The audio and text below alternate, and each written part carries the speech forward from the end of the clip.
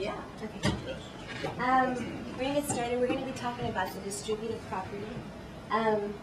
Kim Koo and I'm Imelda Martinez. We both teach at DHS. We teach RSP. Totally different from what we were going to do before. I think Kim's background is in psychology, and mine's in elementary, kindergarten. So we wanted to be, so we needed a job. So we're going to talk about the distributive property. In DHS, we have what we do special ed, but we do RSP, which means most of our kids we have for resource periods where they come in and we help them with whatever homework they need help with. So one of the things we always see is that they need help with the distributive property. So we try to break it down as simple as form we can. So it's a very simple lesson, and this is how we try to break it down for them.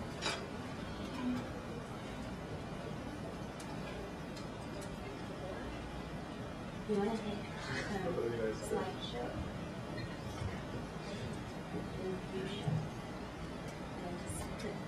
Okay, so these are objectives. Students will be able to apply the distributive property when evaluating the expression. The students will be able to use the skill to evaluate the expression and solve the word problems. These are two of the standards that we'll be hitting today. Okay, these are the materials we need, PowerPoint presentation or overhead. I use the overhead a lot or the whiteboard because I have all kinds of colored markers, and so I just make it real colorful. But these are the pages that we'll be working from the math book. Okay, we have a scenario. In first period, Jessica and Jose each shared or distributed, and I finally broke that word down, distribute, by using the word sharing, and they kind of like, oh, okay, you have to share the number. So we distributed gum with two of their classmates. In second period, they both shared or distributed their gum with three of their other classmates. By the end of the second period, how many pieces of gum were shared? And a lot of the times when kids see these types of word problems, they're like, what? What do you mean? So we have to break it down, so we do examples. The first thing we're going to do is we break down the word distribute. What does it mean? It means to deal out, hand out, deliver, disseminate, or share. What's the definition of it? It means when you give something to a group. Examples, what can we distribute in the classroom? So what can we distribute in the classroom? Ms. Pimentel. Paper. Paper. Maria. Pencils. Stella. Rulers. Rulers. Mr. T. Referrals. Marty, what can we distribute? Grades. Grades. Okay, so we would take examples of how we distribute.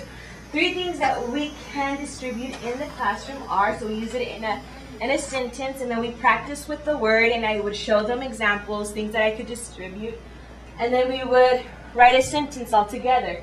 We can distribute candy on birthday parties, on Halloween, at a class party, so we can use that word like that. And then Kim's going to go over how we do the actual math problem.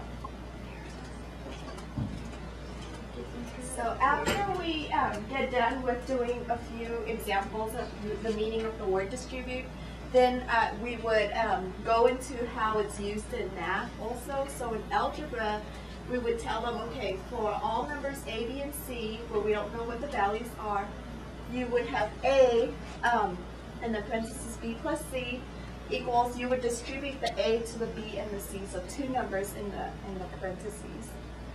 And then in arithmetic, instead of using variables, we would use numbers. So it would be the same scenario. We would distribute the 5, the number on the outside, to both the numbers on the inside. So 5 would get distributed to 11, and then the sign comes down, and then 5 again gets distributed to 2, and we know that, or they should know that the number, the parentheses, we would multiply them. So 5 times 11 will give you 55, and then plus 5 times 2 is 10, and that will give you 65. The first activity we would do is to use a worksheet, so the students would get a worksheet with problems, and on the board we would model the problems with them.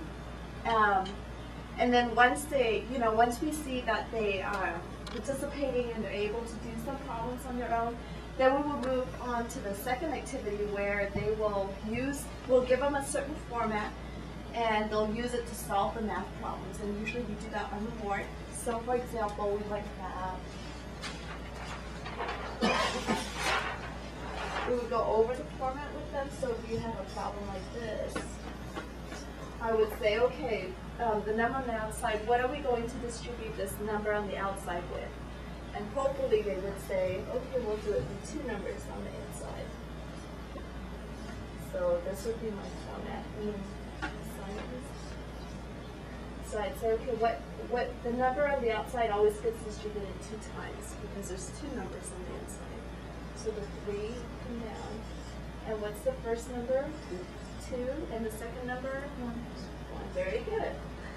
So now what do we do with these 2 numbers? Multiply. We're going to multiply. So 3 times 2 is 6. Plus 3 times 1 would be 3. And we would add those up and that would give us 9. And we would go through a few of those problems on the board. And then after that, we'll pair them up in small groups or in pairs, and they'll solve problems on the additional worksheet. So we'll get practice there. For homework, we'll have them define what distribute means, and then have them ask them what's another word for distribute, make them write it in a sentence, and then we'll get to the distributed property problems. So we might do one, that'd be page number and then all those. And to assess them, we would know if they understand it